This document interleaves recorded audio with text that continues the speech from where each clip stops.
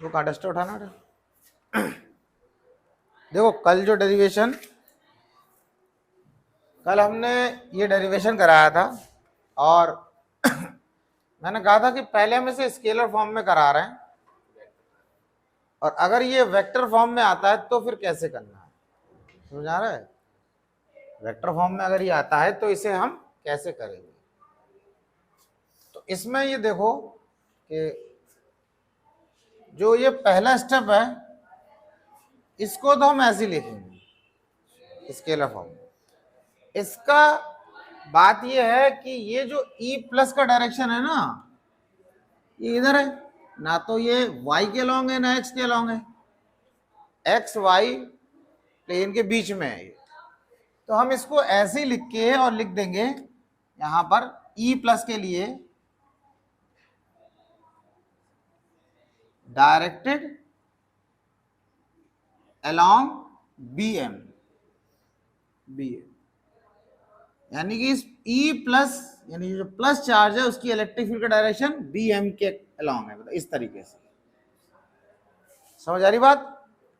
जिस स्टेप में समझ नहीं आया बताना, ठीक है। ठीक है, देखो मेन एक बात समझना, मैं हर स्टेप के बाद इसलिए पूछता हूँ आपको, मैं एक स्टेप लिखा है, अगर आपको किसी भी टाइप का क्वेश्चन हो तुरंत उसी से पूछना कि भाई सर ये बताओ, ये बता दिया लेकिन समझ नहीं आया, सही है। अब बताओ जैसे E माइनस का अगर हम बोल रहे हैं कि ये माइनस चार्ज, तो इसका हो जाएगा डायरेक्टेड अलोंग M, यानी M से एक ही तरफ है, तो मैं यहां लिख देता डायरेक्टेड अलोंग M, M से एक ही तरफ। दो स्टेप तो ऐसे रखना है। अब इसमें क्या करेंगे ना, ये जो है हमारा E प्लस कॉस थीटा, इसका डायरेक्शन सही है। इसका डायरेक्शन सही का मतलब ये है, इसको हम लिख सकते हैं, यहां पे थोड़ा रब कर रहा हूं, यहां लगाता हूं प्लस और यहाँ E माइनस, वही चीज लिखी, थोड़ा स्पेस बना लिया मैंने, E माइनस कॉस। तो इस E प्लस कॉस थीटा को लिखने के बाद मैं लिख दूंगा P और यूनिट वेक्टर, और इस P को लिखूंगा मैं माइनस में, क्योंकि P जो है वो है इलेक्ट्रिक डाइपोल मोमेंट, ये इलेक्ट्रिक डाइपोल मोमेंट। अब P पे अगर कैप लगा दिया तो उसकी वैल्यू 1 हो गई, और अगर P को कैप लगाने से माइनस लगा दिया यानी कि जो डायरेक्शन था वो अब अपोजिट हो गया। किसकी? हाँ नहीं नहीं, वो तो अब तुम्हें वैसे देखो यूनिट वेक्टर है, वैल्यू तो 1 हो गई, लेकिन डायरेक्शन अगर बात कर रहे हो तो उसके साथ तो माइनस ही आ जाएगा। बिल्कुल सही कह रहे हो। अब वही बता रहा हूं, अब इधर देखो कि जो इस E प्लस कॉस थीटा जो है इसका डायरेक्शन, ये जो P है इलेक्ट्रिक डाइपोल मोमेंट है, इस P के कंपेरिजन में यहां पे क्या अपोजिट तो है, इलेक्ट्रिक डाइपोल मोमेंट का डायरेक्शन है नेगेटिव से पॉजिटिव की तरफ, पर इस E प्लस कॉस थीटा का जो डायरेक्शन है वो इस P के अपोजिट है, इसीलिए हमने वहां माइनस लगा दिया है। बात समझ आ रही है? अब अगर हम इस E माइनस कॉस थीटा की बात करें तो इसका भी अपोजिट है, तो हम यहां पर भी क्या लिख देंगे माइनस और ऐसे कर देंगे, ये हो जाएगा। बात समझ में आई? समझ आ रहा है? P का डायरेक्शन तो लेफ्ट टू राइट है, पर यहां पर जो डायरेक्शन है E प्लस कॉस थीटा का वो इस P के अपोजिट है, तो बात तो P की कर रहे हैं, बस ये फर्क है कि इस P पर एरो ये इससे कैप लगी, इसकी वैल्यू 1 है, और इसलिए इसको लिखा है, क्योंकि अगर हम ऐसा P लिख देते ना इस तरीके से P, सॉरी इस तरीके से, इसकी वैल्यू तो 1 रहती नहीं, तो कुछ और होती तो मल्टीप्लाई को फिर वैल्यू अलग चेंज नहीं हो जाएगी। अगर हम 1 को किसी से भी मल्टीप्लाई करते हैं तो वो वैल्यू सेम रहता है, 1 उस वैल्यू को चेंज नहीं करता। समझ आया? अब क्या करा हमने, अब तो 2 हो गए, अब ये टर्म हमारा माइनस में हो जाएगा और यहां पर ये वाला माइनस यहां आ जाएगा, और ब्रैकेट लगा दिया और हमने बाहर लिख दिया P, दोनों में है ना P, और अब क्या करेंगे, ये जो ई लिखा है अब इस पे वेक्टर का साइन लगा देंगे, क्योंकि अब वेक्टर फॉर्म में चल रही है कहानी। अब हर बार जो लिखेंगे ई इक्वेटोरियल, मैं अब ई इतना ही शॉर्ट में लिख दे रहा हूं, ये सब ई इक्वेटोरियल ये सब वेक्टर में अभी बता रहा हूं, ठीक है। अब यहां पे क्या हो जाएगा, बाकी तो जो जैसे कर रहे हैं सेम वैसे, इसमें तो कुछ चेंज नहीं है, वो तो मैंने कल आपको बता दिया। अब आप तो सिर्फ इसको वेक्टर में कैसे करेंगे वो देख लो। यहां पर अब आ जाएगा माइनस और यहां पर जाएगा ये पी, ये टर्म भी एज इट इज रहेगा, यहां पर आ जाएगा पी और माइनस यहां आ जाएगा। अब ये स्केलर फॉर्म में था, जब आप न्यूमेरिकल करोगे तो या तो ये फॉर्मूला यूज करोगे या ये फॉर्मूला। अब ये दोनों फॉर्मूले पॉजिटिव हैं तो इनको ऐसे ही लिखना है न्यूमेरिकल में, ऐसे सिर्फ डेरिवेशन की बात कर रहे हैं कि वेक्टर फॉर्म में कैसे रिप्रेजेंट करेंगे, वो डायरेक्शन शो कर रहा है। अब हमने क्या करा, यहां लगा दिया माइनस और इस पे भी एरो लगा दिया और यहां लिख दिया पी। इस पी की वैल्यू जो भी हो कंडीशन के हिसाब से, पर भाई ये जो पी है इसकी तो न्यूमेरिकल वैल्यू 1 रही। नीचे आ गए, यहां पर भी वेक्टर का साइन लगा दिया और यहां पर भी ठीक है, यहां वेक्टर का लगा दिया माइनस और यहां पे लगा दिया, ठीक। तो ये हमारा वेक्टर रिप्रेजेंट। अब ये जो है ये नेट इलेक्ट्रिक फील्ड तो है, net electric field due to an electric dipole, dipole की नेट इलेक्ट्रिक फील्ड है। अगर ये माइनस नहीं होता तो ये पी डायरेक्शन को रिप्रेजेंट करता है, पी की है इलेक्ट्रिक डाइपोल मूवमेंट। तो ई अगर मैं ये माइनस नहीं लगाता तो ये माना जाता कि नेट इलेक्ट्रिक फील्ड का डायरेक्शन इलेक्ट्रिक डाइपोल मूवमेंट के डायरेक्शन में है, मतलब जो डायरेक्शन पी का है इलेक्ट्रिक डाइपोल मूवमेंट का वही नेट इलेक्ट्रिक फील्ड का। लेकिन यहां माइनस साइन आने से क्या पता चला कि भाई देखो ये इतनी चीजें तो हमने स्केलर फॉर्म में रिप्रेजेंट करी, इनसे को जबकि है ये भी इलेक्ट्रिक डाइपोल मूवमेंट लेकिन हम स्केलर फॉर्म में कर रहे हैं ना, तो ये तो इनसे तो मतलब है नहीं। अब इस ई और इसको देखना है, इस नेट इलेक्ट्रिक फील्ड का जो डायरेक्शन है वो माइनस, बाकी तो वैल्यू है और ये लिखा है वेक्टर, यानी कि इलेक्ट्रिक डाइपोल मूवमेंट के अपोजिट डायरेक्शन। समझ आ रहा है, क्योंकि यहां पर पी का डायरेक्शन इधर है और नेट इलेक्ट्रिक फील्ड का इधर है, तो ये दोनों एक दूसरे का अपोजिट डायरेक्शन है। और ये मैं क्वेश्चन आपको बता ही चुका हूं कि अगर आपसे एग्जाम पूछते हैं कि net electric field due to an electric dipole on equatorial line electric dipole movement, इन दोनों के बीच में एंगल थीटा कितना होगा, तो वो थीटा 180 डिग्री होगा। बात समझ आ गई। तो इसको क्या करोगे, हाँ एक्सियल नेट ई और पी के बीच में अगर एंगल पूछ रहे हैं, इससे पहले वाले जो डेरिवेशन करा एक्सियल पॉइंट वाले केस में उसमें 0 बताना है, इक्वेटोरियल वाले तो 180 हो ही गया। समझ आ रही बात, तो नोट कर लो इसे।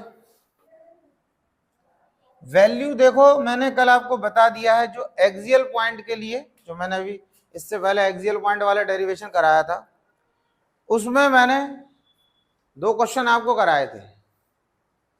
एक में ए की वैल्यू आर के कंपेरिजन में बहुत कम थी तो हमने शॉर्ट डाइपोल वाला फॉर्मूला लगवाया था, और एक में ए की वैल्यू आर के कंपेरिजन में नेग्लिजिबल नहीं थी तब हमने लगाया। तो वैल्यू का पैटर्न जो मैं आपको बता चुका हूं वही रहेगा, इसमें भी वही रहेगा। बस आप क्वेश्चन कर लो, इक्वेटोरियल पॉइंट पर आपको नेट इलेक्ट्रिक फील्ड निकालनी है। 2 चार्ज दे रखे हैं, चार्ज की वैल्यू मैं बता देता हूं। 2 चार्ज हैं जिनकी वैल्यू 10 माइक्रोकूलम है, यानी कि Q जो है ±10 माइक्रोकूलम, ठीक है।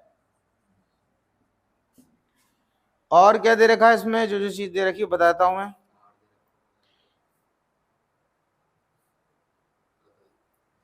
और जो डाइपोल के बीच में सेपरेशन है सॉरी 2a, वो दे रखा है 5 mm मिलीमीटर, और जो r है वो दे रखा है आपको 15 सेंटीमीटर। हाँ, और आपको इक्वेटोरियल लाइन पर ई नेट निकालना है, आपको ई नेट निकालना है, ठीक है। तो शॉर्ट डाइपोल वाला फॉर्मूला लगाएंगे, क्योंकि 2a देख रहे हो ये mm में है और r जो है यहां सेंटीमीटर में है। E equatorial KP upon R cube. K की वैल्यू 9 इंटू 10⁹9। अब P की वैल्यू तो दे नहीं रखी है, तो P की वैल्यू क्या, P की जगह क्या लिख सकते हैं, Q इंटू 2a। Q कितना दे रखा है 10 माइक्रो कूलम, तो 10 की पावर -6, 10 माइक्रो कूलम, तो 10 इंटू 10⁻⁶ कूलम हो गया, क्योंकि कूलम ऐसा यूनिट है, माइक्रो कूलम को कन्वर्ट कर लिया। और 2a दे रखा है 5 mm, तो 5 इंटू 10 की पावर -3। तो ये वैल्यू हम P के प्लेस पर लिखेंगे, तो ये हो गया हमारा 10 इंटू 10⁻⁻6 इंटू 5 इंटू 10⁻⁻, आंसर आ गया।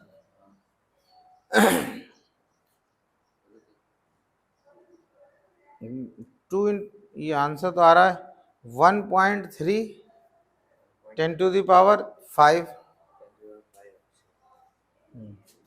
चलो देख लो, R की वैल्यू 15 सेंटीमीटर, सेंटीमीटर को हमने मीटर में कन्वर्ट करा, अब क्यूब है तो 3 बार लिखेंगे 10⁻²। ठीक है, ये हो ये गड़बड़ कर दिया, स्क्वायर कर दिया। हाँ तो चलो देख, अब क्या करना है, 2 4 6, ये -2 -2 और ये -2, ये तो -6 कर दिया। और यहां से क्या होगा, 10 की पावर -3 से कैंसिल होगा, ये 6 बचेगा। बिल्कुल सिंपल तरीके से कर रहा हूं। और ये 5 से ये कैंसिल हो जाएगा, यहाँ 3 आ जाएगा, तो और भी कर सकता है, यहां से यहाँ इसको और कर दे, 3 से कर देंगे, 3 3 या 9 हो जाएगा। और इस 3 से ये काट देंगे, 3 5 या 15 हो जाएगा। तो ये हो गया हमारा, ये 10 बचा, और ऊपर क्या है, अपॉन 15 ये वाला, ये 5, और ये हमारा 10 की पावर ये 6, 10 की पावर 6 बचा। ठीक है, अब क्या हो जाएगा, ये हम इसको कर लेते हैं, इसको 100 कर लेते हैं, 100 10 की पावर 5, और ये 15 इंटू 5, 5 2 या 10 20 हो गया, और 5 3 या 15, 5 4 या 20, 4/3 इंटू 10⁵। अब 4 को डिवाइड करेंगे 1.33 आएगा, और 10⁵ सही है, 10⁵ न्यूटन पर कूलम। देखो ये जो मिस्टेक होती है ना, मान लो तुमसे कोई गलती हो क्वेश्चन कर, उसको ध्यान रखना हमने क्या गलती करा, समझ आ रही है, क्योंकि जो मिस्टेक हो वही मिस्टेक दोबारा रिपीट होने का चांस रहता है। तो इसलिए उस मिस्टेक पर बिल्कुल ध्यान देना कि हमने यहाँ क्या, हमने कन्वर्जन नहीं करा, या कैलकुलेशन में मिस्टेक कर रहे हैं, या R² की जगह R³ लगा रहे हैं, या क्यूब की जगह स्क्वायर, क्या क्या गलती कर रहे हैं, तो उन चीजों को ध्यान देना है। वही चीज होता है, मिस्टेक को अगर, अपनी गलती को अगर आप खुद पकड़ लेते हो तो समझ लो प्रोग्रेस है, क्योंकि हम अपनी गलती को खुद पकड़ रहे हैं और उसको रिमूव करने की पूरी कोशिश कर रहे हैं। समझ आई बात, ये कर लिया। अब अगला डेरिवेशन करना है, लिखो ड्राइव एन एक्सप्रेशन, पहले मैं लिखवा दे रहा हूं क्वेश्चन फिर बताता हूं जो अगला डेरिवेशन करना है। Drive an expression for torque acting on a dipole, for torque acting on a dipole placed inside a uniform electric field placed inside a uniform electric field.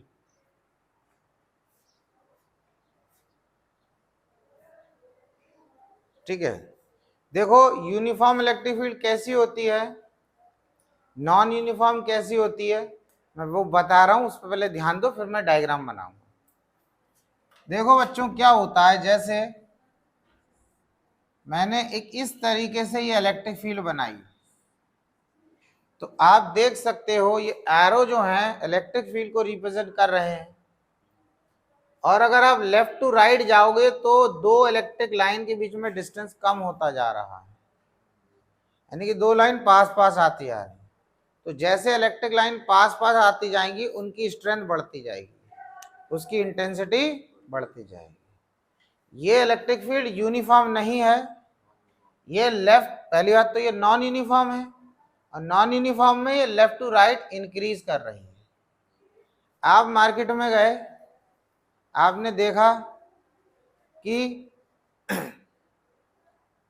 Market में भीड़ है ही नहीं, बहुत कम लोग दिख रहे हैं, तो पता चला कोई लड़ाई झगड़ा हो गया, कुछ हो गया, पुलिस आ गई तो सब भाग गए तो उतनी जगह खाली है, तो हम क्या बोलेंगे, अरे बड़ी स्ट्रेंथ कम है। स्ट्रेंथ बोल रहे हैं ना, स्ट्रेंथ कम होने का मतलब लोग एक दूसरे से दूर दूर हैं, डिस्टेंस बहुत ज्यादा है। पर दूसरे दिन जैसे मान लो आप कोई 2-4 दिन के बाद कोई फेस्टिवल है, तो देखा फेस्टिवल पर मार्केट में ज्यादा भीड़ होती है, हम कहते हैं बहुत ज्यादा भीड़ है, यानी स्ट्रेंथ ज्यादा है। स्ट्रेंथ ज्यादा होने का मतलब लोग पास पास होंगे, पर कोई इसकी धक्का दे रहा है, कोई इसकी धक्का, वैसे धक्का नहीं चलते तो एक दूसरे लग जाता है मार्केट में। तो आप ये समझो जहां इलेक्ट्रिक लाइन पास पास आ रही है तो समझो स्ट्रेंथ बढ़ रही है, दूर दूर जा रही कम हो रही। अब मान लो ऐसे बना दिया, हम ऐसे बना दिया, ऐसे बना दिया, ये भी नॉन यूनिफॉर्म इलेक्ट्रिक फील्ड है, पर लेफ्ट टू राइट जा रहे हो तो डिस्टेंस क्या हो रहा है, बढ़ रहा है, यानी कि स्ट्रेंथ या इंटेंसिटी इलेक्ट्रिक फील्ड की कम हो रही। अगर आप प्लस चार्ज को देखो ना, प्लस चार्ज, तो ये प्लस चार्ज कुछ ऐसे बनाते हैं। अब देखो इसके पैटर्न को जरा ध्यान दो, जैसे आप इस प्लस चार्ज से दूर जा रहे हो, दो लाइन के बीच में डिस्टेंस बढ़ता जा रहा है, यहां पर इतना डिस्टेंस है, फिर इतना बढ़ता जा रहा है, नहीं बढ़ता जा रहा इसका मतलब प्लस चार्ज से दूर जाएंगे तो इलेक्ट्रिक फील्ड की इंटेंसिटी या स्ट्रेंथ कम होगी, क्योंकि दो लाइन के बीच में डिस्टेंस बढ़ रहा है, समझा। लेकिन हमें यहाँ कैसी इलेक्ट्रिक फील्ड बनानी है, यूनिफॉर्म। ऐसी इलेक्ट्रिक फील्ड बनानी है जिसकी स्ट्रेंथ में वेरिएशन ना आए, अगर हम लेफ्ट टू राइट या राइट टू लेफ्ट मूव कर रहे हैं। तो कैसी बनेगी बताओ, बस। अब देखो समझ में आ गई बात, कि आपको कुछ समझ में आ गया कि भाई पैरेलल लाइन बनानी है। पैरेलल लाइन का मतलब ये लेफ्ट से राइट गए या राइट से लेफ्ट, कोई स्ट्रेंथ में चेंज आ ही नहीं रहा है, तो हमने ऐसे बना दिया, ऐसे बना दी पैरेलल लाइन इक्वल स्पेसिंग के साथ में, ठीक है, ये, और यहां लिख दिया ई, ठीक है। सिर्फ पैरेलल लाइन ही नहीं बनाया, साथ में ई भी लिख दिया, क्योंकि पैरेलल लाइन बनाएंगे और बी लिख देंगे तो वो यूनिफॉर्म मैग्नेटिक फील्ड हो जाएगी। पैरेलल लाइन बनाया, ई लिख दिया इलेक्ट्रिक फील्ड, तो इसलिए ई और बी लिखना जरूरी है। अब कुछ नहीं लिखा तो क्या समझेगा, पैरेलल एरो चले जाना, पता नहीं क्या बना दिया। हाँ समझ में आया। अब ये जो हमारी यूनिफॉर्म इलेक्ट्रिक फील्ड हो गई, इसमें हमने एक डाइपोल को रख दिया, ये हमने एक डाइपोल इलेक्ट्रिक डाइपोल जिसकी बात कर रहे हैं, इसमें दो चार्ज हैं, आपको पता है, माइनस चार्ज और ये प्लस चार्ज। अब एक चीज समझ लो, टेढ़ा टेढ़ा क्यों रख दिया, हाँ सीधा रख, वो कह रहा है टेढ़ा क्यों रख दिया, ऐसे रख दो, ऐसे नहीं, बात सही, तो मैंने खुद ही कहा क्वेश्चन पूछना ऐसा है ना। अभी मैं थोड़ा डेरिवेशन करा दूं तो लास्ट में बताऊंगा इसका। अभी मतलब जैसे सीधा रख देंगे तो एक स्पेसिफाइड एंगल बन जाएगा, मतलब 90 डिग्री बनना है। तो हम जब डेरिवेशन ड्राइव कर रहे होते हैं ना, तो कोशिश ये करते हैं कि 90 डिग्री और 0 डिग्री छोड़कर कोई, मतलब 0 या 180, वही बताऊंगा एक 0 180 से एक बात याद आ गई, अभी बता दो। तो 0 180 90 छोड़ के कोई एंगल बना लो, और हो कुछ भी सकता है। इसकी बात सही है कि सीधे ही बना देते, अच्छा लगता क्यों टेढ़ा मेढ़ा बना दिया इसीलिए तो फिजिक्स टेढ़ी मेढ़ी नहीं। देखो ऐसा है, इलेक्ट्रिक फील्ड किसकी है, मतलब ये इलेक्ट्रिक फील्ड किसकी होती है? किसकी होती है इलेक्ट्रिक फील्ड? तुम्हारी हमारी? कौन प्रोड्यूस करता है बताओ? हम कहाँ प्रोड्यूस कर देखो इलेक्ट्रिक फील्ड प्रोड्यूस करता है चार्ज पार्टिकल। पॉजिटिव नेगेटिव नहीं लिखा था ना सर, तो नहीं, बात तो तुम्हारी सही है। देखो एक चीज समझना, पॉजिटिव चार्ज अगर है तो अकेले पॉजिटिव चार्ज से इलेक्ट्रिक फील्ड प्रोड्यूस होती रहेगी। तो जहां इलेक्ट्रिक फील्ड बना रहे हैं वहां जरूरी नहीं कि नेगेटिव चार्ज बनाना जरूरी है। अब पॉजिटिव तो होना ही है कि उसी से तो निकल रही है। अब देखो ये तो, अब एक बात यही तो है, देखो हर एक बच्चे को एक अपना अलग तरीके का डाउट होता है। वही तो मैं कह रहा, मैं इसलिए मना थोड़ी कर, मैं कह रहा जिसको जो डाउट हो वो पूछे, उसके साथ आंसर। अब बात ये आ रही कि ये बात सी लग रहा है, ये इलेक्ट्रिक फील्ड आ रही तो आ कहां से रही है? तो ये नहीं है किसकी, नहीं है होगी इलेक्ट्रिक फील्ड तो पॉजिटिव चार्ज प्रोड्यूस करता है, ये समझ लो। अब वो पॉजिटिव चार्ज किसी पे भी हो, उससे मतलब थोड़ा ही हमें। तो हम ये मानेंगे कि सपोज कर लो यहां पर कोई शीट है, मतलब कोई शीट है, थिन शीट, उस पर चार्ज है, तो वहां उस पर जो चार्ज है उसकी वजह से ऐसे ऐसे ऐसे ऐसे ये इलेक्ट्रिक लाइंस वहां से आ रही हैं, ये इलेक्ट्रिक फील्ड प्रोड्यूस हो रही है। लेकिन हम ये बनाते नहीं है, ठीक है। अगर हम ऐसे बता दें कि भाई ऐसे एक इलेक्ट्रिक फील्ड है, मतलब एक शीट है, उस पर चार्ज है और उससे इलेक्ट्रिक लाइंस ऐसे निकल रही हैं। अच्छा मुझे सर ये शीट कौन लाया? वो नहीं बताया कौन लाया, कहाँ से लाया? दुकान बना देते यहाँ पे, दिखाए। मैं जनरल बात बता रहा हूँ, एक स्टेप आगे चला जाता ना बच्चा, कहाँ से ले आया, कौन लेके आया। तो इसलिए वो हमने एक बार पहले क्या कहा था, इसमें कोई ये मैं समझना कि मैं ऐसे बोल रहा हूँ तो अरे सर अभी तो कह रहा कोई क्वेश्चन पूछने में ऐसी बातें कर रहा है, ऐसी बात नहीं कर रहा। मैंने ये कहा कि जैसे एक चार्ज से बहुत सारी इलेक्ट्रिक लाइन निकलती है, तो लेकिन मैंने एक बात क्या था, मैंने कि जनरली हम क्या करेंगे, एक चार्ज लेंगे तो उससे एक इलेक्ट्रिक लाइन बना देंगे, हमारा एक से ही काम चल जा रहा, तो उतना ही बनाएंगे जितने से काम चल जा रहा। बात समझ रहे हो भाई? ये कहीं से तो आ रही होंगे, वो जो सोर्स है वो नहीं दिखा रहे हैं, क्योंकि सोर्स की हमें दिखाने की जरूरत नहीं है यहाँ पर कि ये कहाँ से आ रही है। बात समझ रहे हो? लेकिन यह क्वेश्चन पूछ सकते हैं, ऐसा नहीं क्वेश्चन बच्चा नहीं है। तो ये यूनिफॉर्म इलेक्ट्रिक फील्ड प्रोड्यूस हो रही है ठीक है। और तुम्हारा आंसर दे दिया कि इनिशियली 90, 0 और 180 नहीं बनाना। अच्छा एक बात है, इलेक्ट्रिक डाइपोल मूवमेंट जो है वो वेक्टर क्वांटिटी है। तो अभी ये समझो, ये जो डाइपोल है इसकी लेंथ कितनी है? 2। बात समझ में आया? अब जैसे हमने कहा था कि जो इलेक्ट्रिक डाइपोल मूवमेंट P होता है उसका डायरेक्शन नेगेटिव से पॉजिटिव की तरफ होता है। अब electric dipole movement vector quantity है, इसका फायदा क्या है? इसका फायदा था, देखो जैसे मैंने ये इलेक्ट्रिक फील्ड बना दी, ठीक है, ऐसा बना दी। अब मैं किसी बच्चे से कहता हूं इस पे डाइपोल बनाओ, तो इलेक्ट्रिक फील्ड का डायरेक्शन किधर है? Left to right. और मैंने अगर उससे ये कहा कि आप डाइपोल को इस इलेक्ट्रिक फील्ड में पैरेलल दिखाना है आपको, यानी कि डाइपोल इस इलेक्ट्रिक फील्ड में रखा है तो वो डाइपोल इलेक्ट्रिक फील्ड में पैरेलल है, ऐसा बनाना है डायग्राम। तो पता कैसे बनाएगा? वो बनाएगा माइनस चार्ज इधर बनाएगा और प्लस चार्ज इधर बनाएगा। क्यों? क्योंकि उसको पता है कि जो P का डायरेक्शन है वो लेफ्ट टू राइट है और E का डायरेक्शन तो हमने बनाया ही लेफ्ट टू राइट है। तो ये क्या कंडीशन है कि डाइपोल इलेक्ट्रिक फील्ड में पैरेलल है, क्योंकि P और E के बीच में एंगल 0 है। अब हम कहते हैं कि आप डाइपोल को एंटी पैरेलल बनाओ, तो हम क्या वो बच्चा कैसा बनाएगा? वो इस बार माइनस चार्ज इधर रखेगा, प्लस चार्ज इधर रखेगा। अब P का डायरेक्शन किधर हो गया? इधर हो गया, और E का डायरेक्शन इधर हो गया। अब ये एंटी पैरेलल है। बात समझ आ रहा नहीं आ रहा है? क्लियर हो रहा है?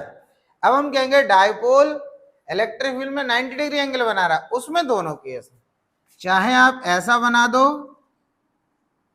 नेगेटिव चार्ज यहां, पॉजिटिव चार्ज यहां, अब P का डायरेक्शन किधर है, इस केस में ऊपर की तरफ, ये P का डायरेक्शन और E का तो इधर है ही, और आप चाहे ऐसा बना दो, माइनस चार्ज यहां ले लो, प्लस चार्ज यहां ले लो, अब P का डायरेक्शन नीचे की तरफ, अब भी ये P और ये E ये 90 डिग्री बना रहे हैं, ये P और ये E वाला एरो ये 90 डिग्री, ठीक है।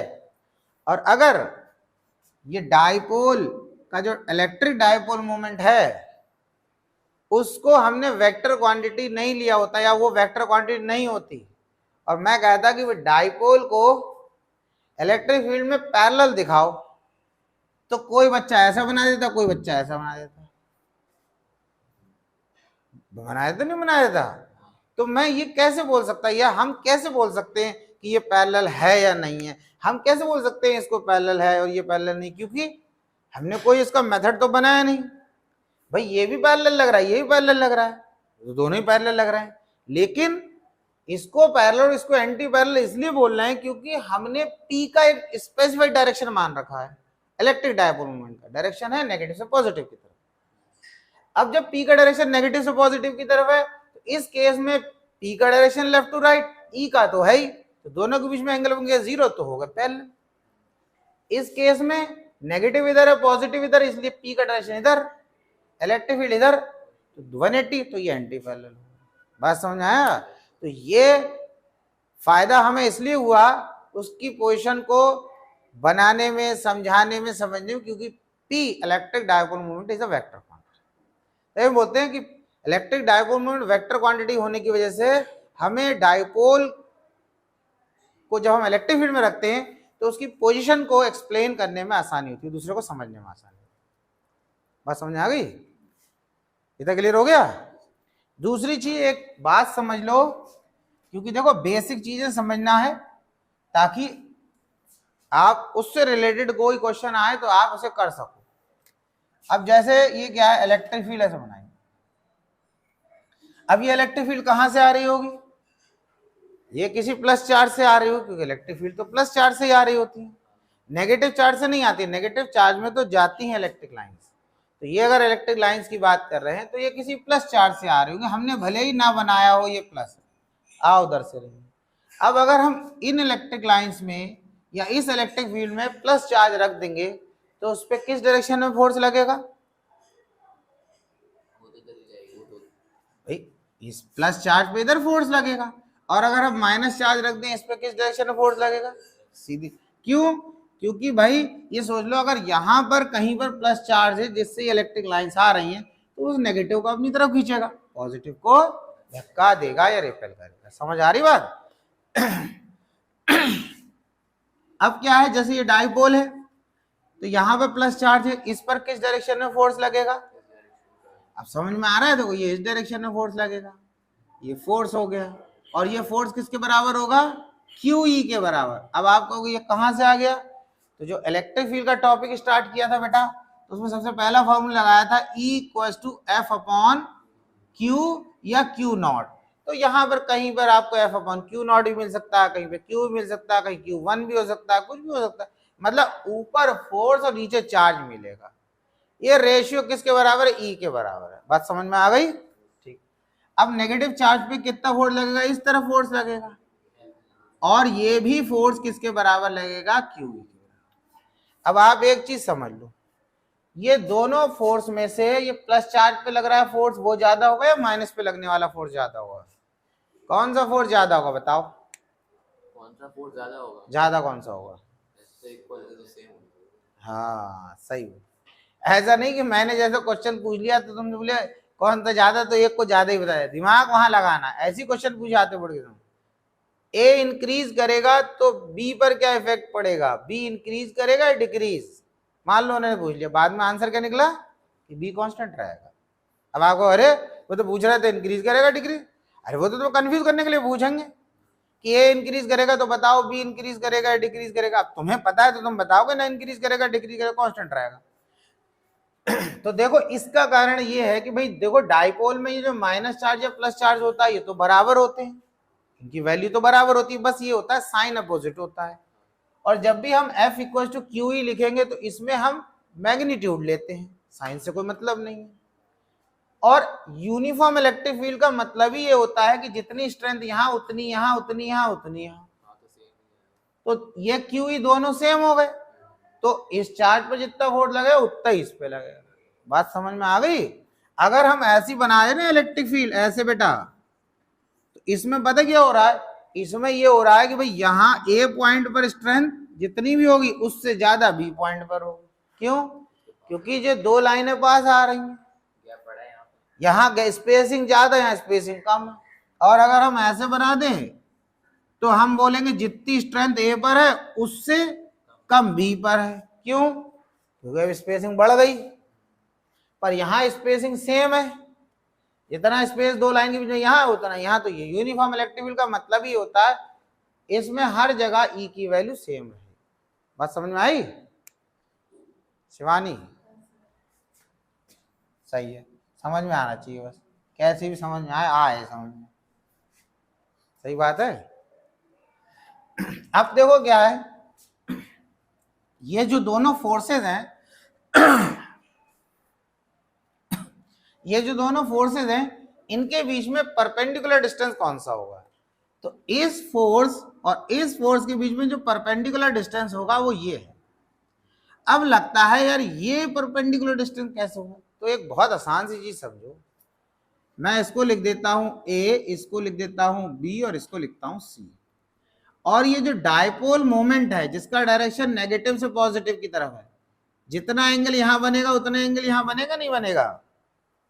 भाई ये तो पैरेलल लाइन है बेटा, अभी देखो, और ये ट्रांसवर्सल है, तो जितना एंगल यहां होगा तो ये वाली ये साइड इसके पैरेलल है, तो जितना एंगल ये होगा उतना एंगल ये होगा, उतना एंगल यहां पर होगा। तो हमें तो यहां पर एंगल लेना है अभी थीटा, मैं बता रहा हूं।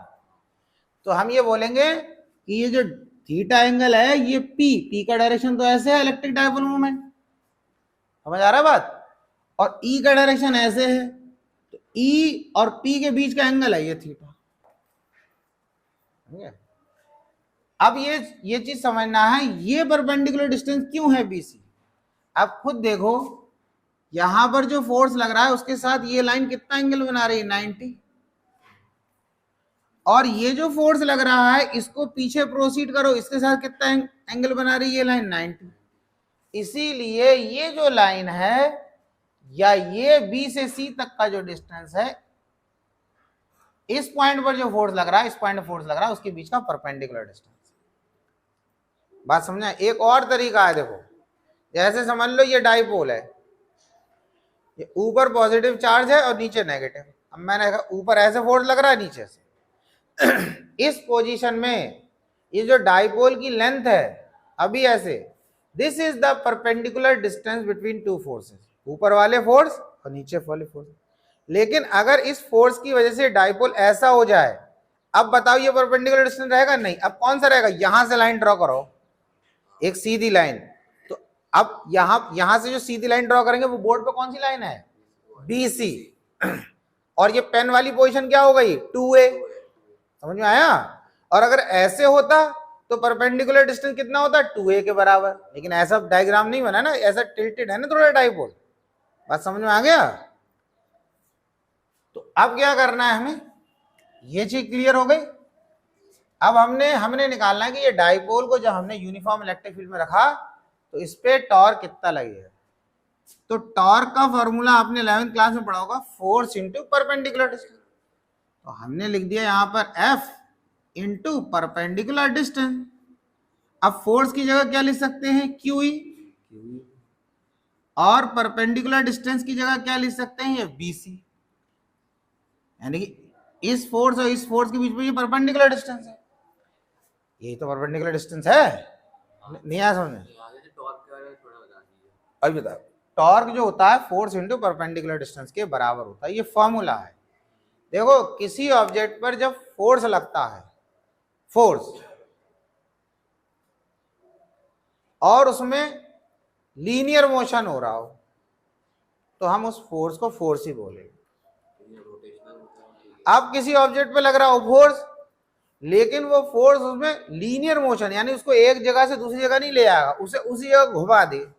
तभी हम ये नहीं बोलते जो फोर्स, हम बोलते हैं इस पर टॉर्क लगने लगा, वहीं पे घुमा दे। घुमा दे, क्योंकि उस फोर्स ने उसमें टर्निंग इफेक्ट प्रोड्यूस कर दिया। भाई आपने किसी चीज को पकड़ा ऐसे खींच लिया, किसी की कॉलर में खींचना नहीं, ऐसे किसी कॉलर पकड़ खींच लिया तो वो आगे चला आ रहा है, तो वो अपनी जगह से इधर आ गया ना, खींच लिया तुमने। लेकिन अगर यही काम तुमने किसी डोर पे करा, ऐसे खींचा, तो डोर अपने एक्सेस पे ऐसे रोटेट हो गया। तो हम डोर पे क्या बोल रहे हैं, डोर पे हम कह रहे हैं टॉर्क लगा रहे हैं, लगा फोर्स ही रहे हैं, लेकिन हमारा लगाया हुआ फोर्स में टर्निंग इफेक्ट प्रोड्यूस कर रहा है। लेकिन हमने किसी को पकड़ के खींचा तो वो उस जगह था, उससे यहाँ आ गया।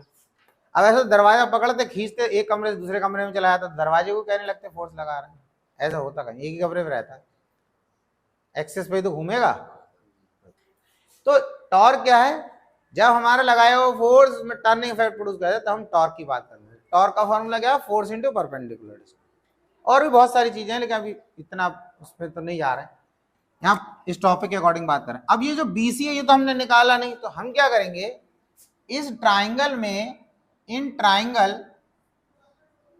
ABC में साइन थीटा का फॉर्मूला लगा देंगे। साइन थीटा हो जाएगा परपेंडिकुलर अपॉन हाइपोटेनियस, परपेंडिकुलर हो जाएगा BC और हाइपोटेनियस हो जाएगा 2A। देन BC देखो एंगल के सामने वाली साइड परपेंडिकुलर होती है, ये हमेशा ध्यान रखना, वैसे 10th में पढ़ाया होगा बहुत अच्छे से सर ने।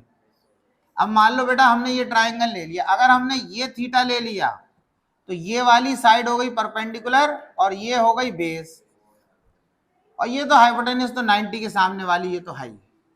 और अगर हमने इसी तरीके में ट्राइंगल बनाया, ये एंगल लिया थीटा, तो ये परपेंडिकुलर और ये बेस, इधर ध्यान रखना। अब ये BC कितना हो गया, 2A साइन थीटा। इस BC की वैल्यू यहां पुट कर देंगे, क्या हो जाएगा, QE 2A साइन थीटा, ठीक है, और ये टाउ। अब Q इंटू 2A कितना हो जाएगा, ये टर्म,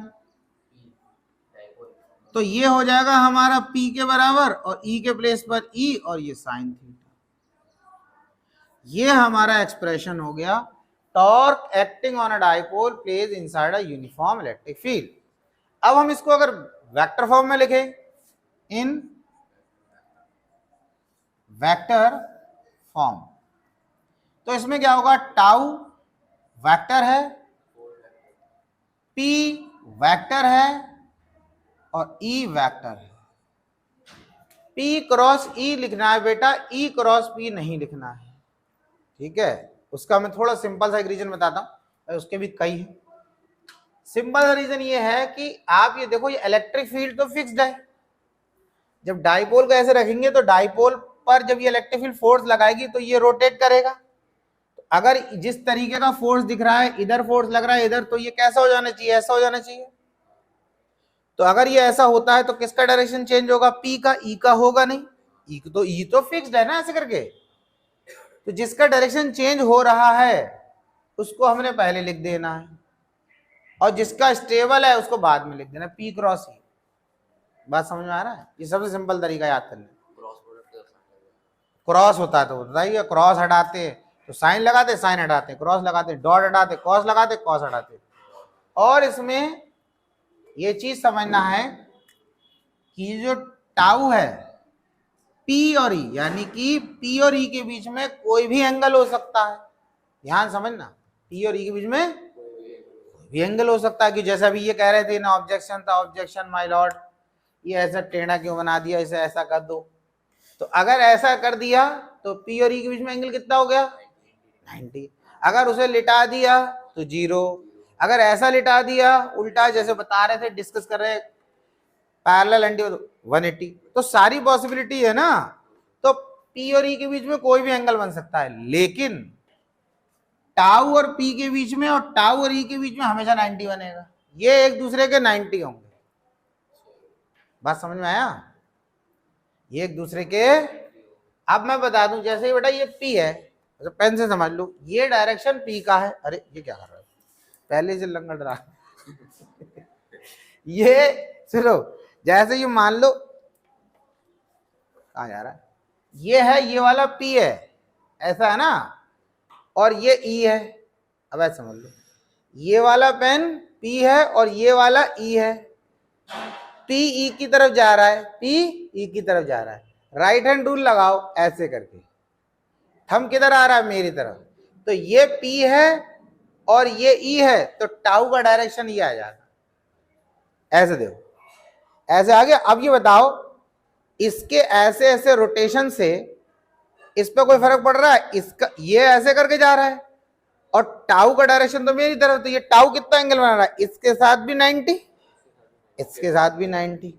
इन दोनों के बीच में ये P या E, this one is P and this one is E, इनके बीच में कुछ भी एंगल है, ऐसा है तो 90 है, 90 से कम हो गया, ऐसा हो सकता है, नीचे हो सकता है, उसकी बात नहीं कर रहा हूं। इनके बीच में कुछ भी एंगल P और E, लेकिन ये ऐसे करके घूम रहा है ना, तो इसलिए राइट हैंड रूल के अकॉर्डिंग थंब मेरी तरफ आया, तो आपके टाउ का डायरेक्शन मेरी तरफ है। टाउ का, अब टाउ का डायरेक्शन अगर इसके साथ देखो तो टाउ इसके साथ भी 90 बना रहा है। इसके अगर ये ऐसे करके ऐसे हो गया तब भी ये तो ऐसे ही रहेगा ना, अब भी तो 90 बना रहा है। बात समझ में आ रही है भाई? ये ऐसे है ना, ऐसे कर लो, दोनों के साथ 90 बनना है। तो हम ये बोलेंगे इसके बीच में कोई भी एंगल हो सकता है, पर ये टाउ जो है हमेशा पी और ई के साथ परपेंडिकुलर होगा। वो इस फॉर्मूले में पूछ सकते हैं कि इसमें कौन कौन से पेयर के बीच में 90 डिग्री एंगल बनेगा, तो हम बोल सकते हैं टाउ 90 डिग्री पी, यानी कि टाउ और इसके बीच में 90 डिग्री एंगल है। टाउ 90 डिग्री ई, टाउ और इस ई के बीच में 90 डिग्री, पर पी और ई के बीच में कोई भी वैल्यू हो सकती है। वो बता चलो, बस समझ में आ रहा है? अरे सिंपल से याद रखो, जो लेफ्ट में है ना वो राइट वाले के साथ जो एंगल बनाएगा वो 90 है, बात खत्म हो गई। इनके में तो 90, इनके में तो भाई ये तो एक तरफ है, तो ये कोई भी कैसी भी एंगल बना लेंगे। लेफ्ट वाला राइट के साथ राइट एंगल बनाएगा। हाँ, ये तो कितना बढ़िया बताया इन्होंने, कहा लेफ्ट वाला राइट के साथ राइट एंगल ही बनाएगा, ठीक है। और ये कुछ भी एंगल बना सकते हैं, पी और ई के बीच में कुछ भी एंगल। वही तो देखो, कोई भी चीज याद करने के लिए अपना, जैसे अपना बना लेना कुछ भी। जैसे निमोनिक होते, केमिस्ट्री में कितने निमोनिक बनाते, तो वो किस लिए बनाते? इसलिए ताकि बच्चों को वो चीज याद हो जाए, ठीक है। तो अपने ऐसे कोई चीज सोच लेना, जैसे कोई चीज आती जो कि हमें लगना है यार ये चीज याद रखना है, तो उसके लिए कुछ ऐसे क्लूज हो जाए। जैसे बोलते हैं लेफ्ट वाला राइट वाले के साथ राइट एंगल ही बनाएगा, चाहे वो पी हो चाहे ई हो, और ये जो दोनों राइट में, इनमें कुछ भी एंगल बन जाएगा, तो याद हो जाएगा, ठीक है। तो इसे नोट कर लो।